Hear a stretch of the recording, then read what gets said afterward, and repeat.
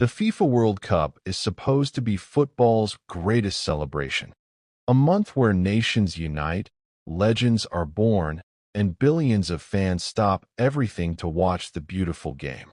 But what if I told you that behind the excitement of the 2026 World Cup lies a side of the tournament that very few people are talking about?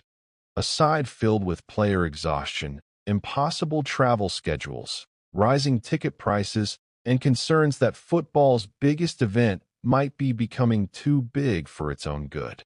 The 2026 FIFA World Cup will be the largest World Cup in history. 48 teams, 3 host nations, 16 host cities, more matches than ever before. And while FIFA calls it the future of football, some players, coaches, journalists, and fans are asking a very different question. Is bigger actually better? Today, we're exploring the dark side of FIFA World Cup 2026 that nobody seems to be discussing.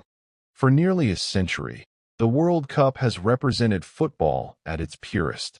From Uruguay in 1930 to Argentina in 2022, the tournament has consistently evolved. The competition expanded from 13 teams to 24, then from 24 to 32. And now, for the first time ever, the World Cup will feature 48 nations. On paper, this sounds incredible. More countries, more players, more fans, more stories, more opportunities for smaller football nations to shine. But every major change comes with consequences. And some of those consequences could completely change how we experience the World Cup. Let's start with the biggest change of all. The expansion to 48 teams. For decades, reaching the World Cup was one of football's toughest achievements. Many great teams failed to qualify. That exclusivity made the tournament special. Now, with 48 spots available, qualification becomes easier for many regions.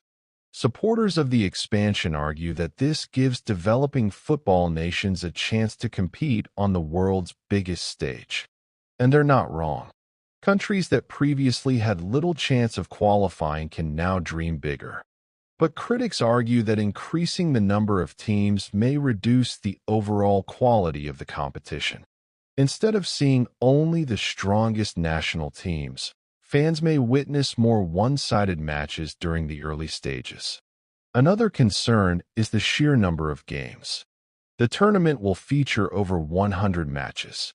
That's a massive increase compared to previous World Cups. More games mean more television revenue, more sponsorship opportunities, more ticket sales. But it also means something else. More strain on players. Modern footballers are already playing more matches than ever before. Elite players often compete in domestic leagues, domestic cups, continental tournaments, international friendlies, qualifiers, and international competitions. Many top players already play between 50 and 70 matches every season.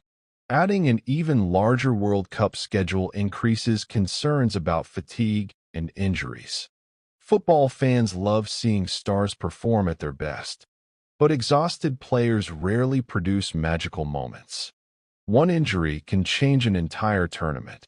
And with football's calendar becoming increasingly crowded, player welfare is becoming a serious issue. Then there's the travel problem.